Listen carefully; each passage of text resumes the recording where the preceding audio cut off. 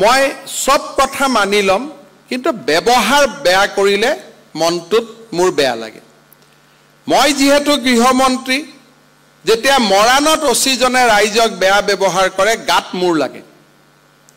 ৰাইজৰ কাম নকৰিব কোনো আপত্তি নাই কিন্তু বেয়া ব্যৱহাৰ নকৰিব কালিও মই কমিশনাৰ পুলিচক ফোন কৰিছিলো যে অমুকত এফআইআৰ দিব গৈছে অচিজনে বেয়া ব্যৱহাৰ কিয় কৰিছে এফআইআৰ খন আপোনালোকে লবও পাৰে নলবও পাৰে আইনৰ কাম কৰাত আমাৰ কোনো হকা বিধা নাই কোনোবাই কৈ আছে মোৰ এটো কেস নলও ল আপোনালোকৰ কথা ললে কি হ'ব নললে কি হ'ব it will be decided as per the law কিন্তু মুখত কাৰো প্ৰতি কোনেও বেয়া ব্যৱহাৰ যাতে নাগৰিকক নকৰে এই কথাটো মই ৰিকুৱেষ্ট কৰিম কাৰণ আমি সদায় মই প্ৰত্যেক মিটিংত কওঁ যে we have all come from a modest family আমাৰ কোনোবা দেউতা শিক্ষক আছিল কাৰোবাৰ দেউতা কৃষক আছিল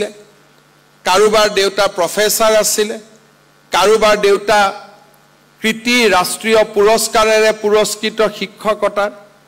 আমাৰ ব্যৱহাৰ সমূহে যাতে আমাৰ পিতৃ মাতৃক অপমানিত নকৰে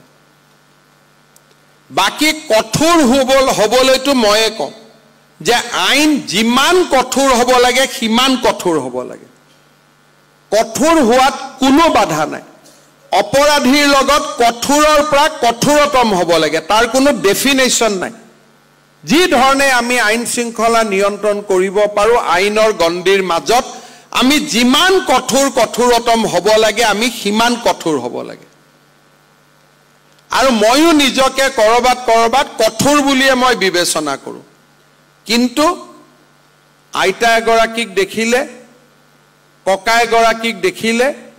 হিৰ নত কৰাটোৱে মোৰ কঠোৰতাত অলপো কটো প্ৰশ্নবোধক চিন নাহে গতিকে মই ওসি সকলক আজি আকৌ এবাৰ কিয় 3 বছৰৰ মূৰত আপোনালোকক পাইছো বহুত বিলাক হলনি হৈ গৈছে আপোনালোকে যিমান পাৰে কাম কৰক কষ্টও কৰিছে কামো কৰিছে সব ভাল হৈছে মোৰ কোনো কমপ্লেইন নাই খালি মই তাতে দুখ পাওঁ যেতিয়া আমাৰ ব্যৱহাৰটো বেয়া হয় ব্যৱহাৰটো আমাৰ সুন্দৰ কৰি ৰাখিব লাগে আৰু চাব ব্যৱহাৰ ভাল হলে সোৰ্স মানুহে আপোনালোকক দিব পুলিচক মানুহে কথা বতৰা কব যে ইয়াত গণ্ডগোল হৈ আছে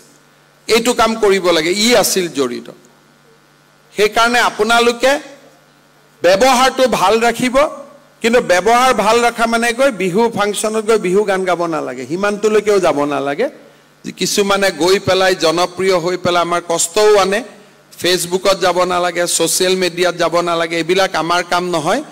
আমাৰ কাম ৰাইজক সেৱা কৰা সুমধুৰ ব্যৱহাৰ ৰখা সুন্দৰ কৰি ব্যৱহাৰ ৰখা